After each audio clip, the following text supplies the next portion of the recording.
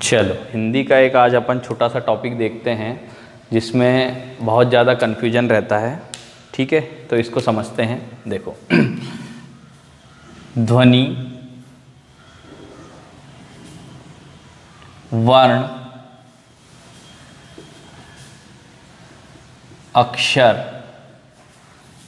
उसके बाद शब्द, शब्द के बाद आपका वाक्य और वाक्य से फिर आगे भाषा। ठीक है, तो अब सबसे ज़्यादा कन्फ्यूजन होता है ध्वनि, वर्ण और अक्षर में। ठीक है, तो इसको मैं समझाता हूँ। कुछ नहीं है, ध्वनि, ध्वनि मतलब भाषा शरीर की, भाषा शरीर की सबसे छोटी इकाई। भाषा शरीर की सबसे छोटी इकाई। अगर अपन ऐसा बोलते हैं भाषा शरीर की सबसे छोटी इकाई, तो अपने को क्या लगाना है? वर्ण। अभी समझा रहा हूँ इसको कैसे, है ना। और अगर लिखा है भाषा शरीर की सबसे छोटी, मान लो मौखिक लिखा है, यहाँ पर मौखिक लिखा है, तो भाषा शरीर की सबसे छोटी मौखिक इकाई आया, तो अपने को क्या लगाना है फिर? ध्वनि। ठीक है, तो भाषा शरीर की सबसे छोटी मौखिक इकाई पूछा तो क्या लगाओगे आप?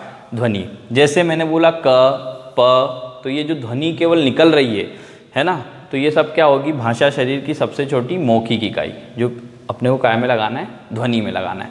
और जैसे मैंने बोला क और उसको एक चिन्ह के द्वारा लिख दिया, तो अब ये जो क है ना, ख है, ये चिन्ह को मैंने लिख दिया, तो अब ये क्या कहलाएंगे? वर्ण। मतलब भाषा शरीर की सबसे छोटी लिखित इकाई, लिखित इकाई क्या हो जाएगी? वर्ण।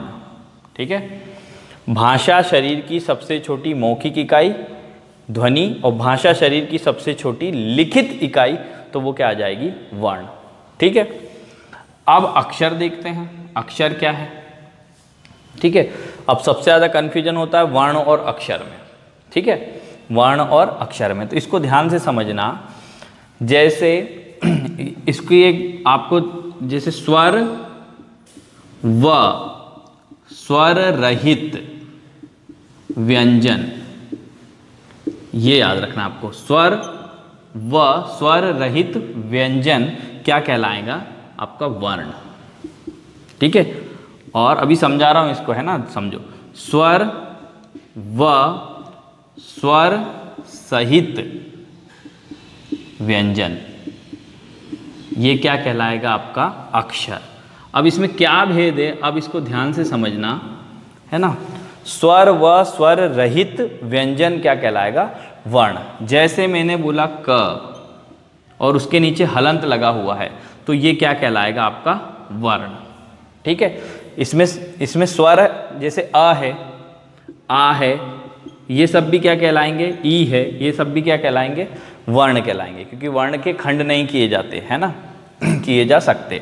ठीक है, और स्वर व स्वर सहित, अब जैसे मैंने लिखा क जिसके नीचे हलंत नहीं लगा हुआ है, तो ये क्या कहलाएगा? अक्षर कहलाएगा। क्यों कहलाएगा? क्योंकि इसमें स्वर व स्वर सहित व्यंजन है। जैसे क है और इसमें क्या है? अ है, तो ये जो क है ये क्या कहलाएगा?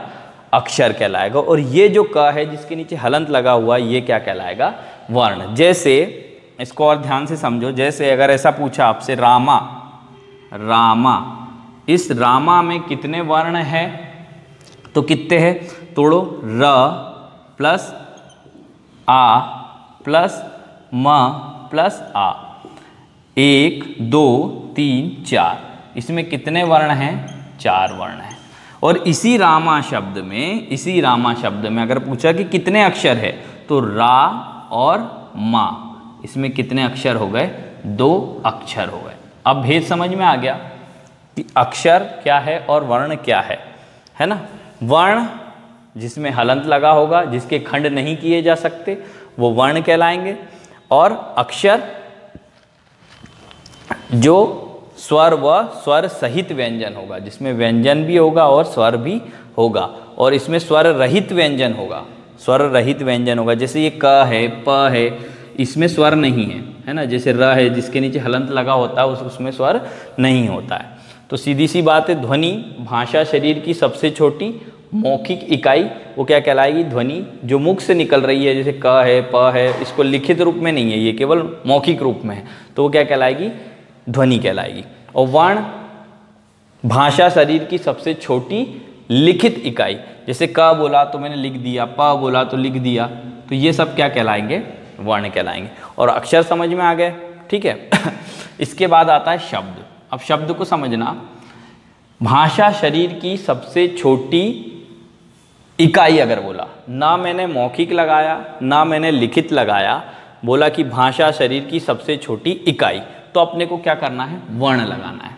और भाषा शरीर की सबसे छोटी मौखिक पूछा तो ध्वनि लगाना है, ठीक है, और लिखित पूछा तो वर्ण लगाना है।